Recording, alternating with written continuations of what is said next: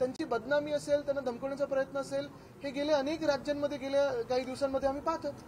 पण बदलापूरहून महाविकास आघाडीने बरंच आक्रमक स्वरूप दाखवलेलं आहे। आता महाविकास आघाडीच्या नेत्यातले जुने प्रकरण काढून कुठेतरी काउंटर केलं जातं। मला वाटतं महाविकास आघाडी कुठच्याही प्रकरणावर, बदलापूर तर सगळ्यात महत्त्वाचं, कारण बदलापूरमध्ये जी घटना घडली बघा, 6 दिवस की 10 दिवस त्या महिलेचा FIR घेतला नाही, त्याच्यानंतर 10 तास पोलीस स्टेशनमध्ये बसवलं गेलं। आणि आम्ही परत परत सांगतो, कधी अशा घटना घडल्या की SP वर कारवाई होते। आता तिकडचे ठाण्याचे CP करतात काय, कोण आहेत हे कोणालाच माहिती नाही, काय बोलत नाहीत ते कशावर। वामन मात्र कारवाई होणार आहे का, जे त्यांनी विचारलं। मला वाटतं कुठच्याही पत्रकाराला हे पण विचारणं की तुझ्यावर रेप झालाय का, हा देखील गुन्हा असायलाच पाहिजे। या आत्ताच्या आंदोलनामध्ये बरं, काल एक मंत्री निर्लज्जासारखे बोललेले आहेत की हे सगळं होतच असतं, त्यांच्यावर आरोप होते म्हणून आम्हाला त्यांना काढायला लागलं होतं, त्यांच्यावर कारवाई होणार आहे का? या आमने सामनेच्या काळामध्ये आत्ताच्या शिवसैनिकांवर पोलिसांनी लाठीचार्ज केला। आता काय, सरकार त्यांच्या हातात आहे। आणि मी परत तुम्हाला सांगतो, पोलिसांना दोष देत नाही, कारण पोलिसांना आदेश येतात। आपण तसं पाहिलं गेलं तर जरांगे पाटील साहेबांवर जो लाठीचार्ज झाला होता, जी गोळीबार तिथे 2-4 त्या गोळ्या उडवल्या होत्या, त्या कोणाच्या आदेशावर नव्हत्या। कदाचित तुम्ही पोलिसांवर कारवाई केली असेल, SPवर कारवाई केली असेल, हे सगळं झालं असेल, पण CM की 2 DCM ह्याच्यातला खरा जनरल डायर कोण? वारकऱ्यांवर ज्यांनी लाठीचार्ज केला होता तो आदेश कोणी दिला होता? परवाच्या बदलापूरमध्ये जे आंदोलन करत होते सगळे स्थानिक नागरिक होते, त्यांना राजकीय बोलण्याची जी हिंमत आणि निर्लज्जपणा घटना बाहेर मुख्यमंत्र्यांनी दाखवली, लाठीचार्जचा आदेश कोणी दिला होता हे कळू द्या। परिस्थिती शिगळत चाललेली आहे, आमने सामने पक्ष येतात, बरोबर आहे। हे मी मध्ये पण सांगितलं होतं बघा, आम्ही आंदोलन जे केलं होतं ते एक रिस्पेक्टफुली आंदोलन केलं होतं, त्यांची SPG असते, सगळं काही असतं, तरी देखील आम्ही बाहेर जी मागणी केली होती ती नीट मागणी होती।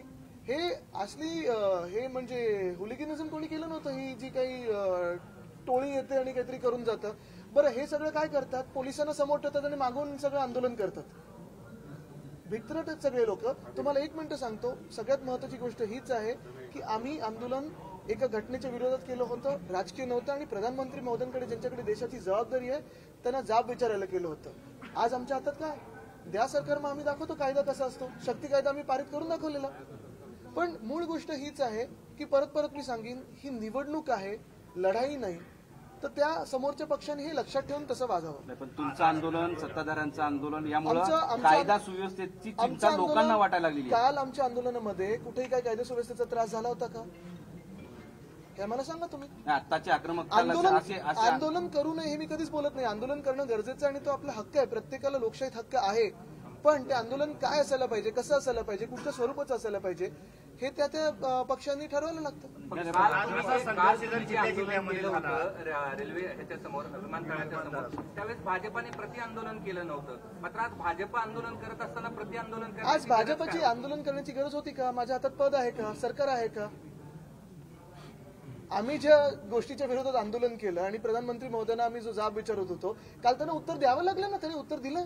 पण त्यांना अधिकार आहे आंदोलन करायचं, कुणाला करू दे ना आंदोलन, पण आम्ही महत्वाची तीच गोष्ट बोलतो, जा ना जिथे करायचं तिथे करा। काल आमच्यासोबत त्यांनी यायला पाहिजे होतं प्रधानमंत्री महोदयांच्या समोर आणि आंदोलन करायला पाहिजे होतं। ही लोक आल्यावर तुमची मंडळी पण प्रचंड आक्रमक झाली। नक्कीच, त्यांचा काल मेसेज बघा काय होतं। विरोधी पक्षनेते असं म्हणाले की आंदोलन करण्याची जागा असते, काहीतरी ठरलेली जागा असते, संभाजीनगरची जागा ठरलेली आहे, पण मग तुम्ही भाजपकडे बोर्ड दाखवत असाल, तुम्हाला तो नियम लागू पडतो। मला वाटतं नियम दाखवण्यापेक्षा चला निवडणुकीला सामोरे जाऊया, मग विरोधी पक्षात ते बसतील आणि त्यांना आंदोलन करायची संधी असेल, पण आम्ही मोका देणार नाही, कारण आमचं काम कसं बोलतं। तुमचा दौरा होणार आहे, अंबादादांनी म्हटलं दौऱ्यात कोण पुढे आलं तर त्याचा चुराडा करू, शिवसेना आता पुराण्या स्टाईलमध्ये येईल। मला वाटतं ते शिवसैनिकांची भावना असेल, त्याच्यात मी काही बोलू नाही शकत।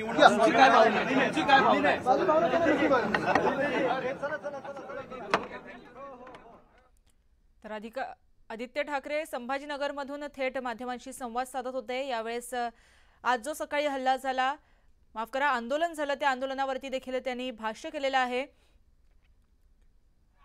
आंतरवलीत जे लाठीचार्ज झाले त्याचे आदेश कोणी दिले, त्याचबरोबर लाठीचार्जचे आदेश देणारे जनरल डायर कोण, असे अनेक सवाल त्यांनी यावेळेस उपस्थित केले आहेत। आदित्य ठाकरेंनी असा थेट सवाल जो आहे तो सरकारसमोर उभा केलेला आहे।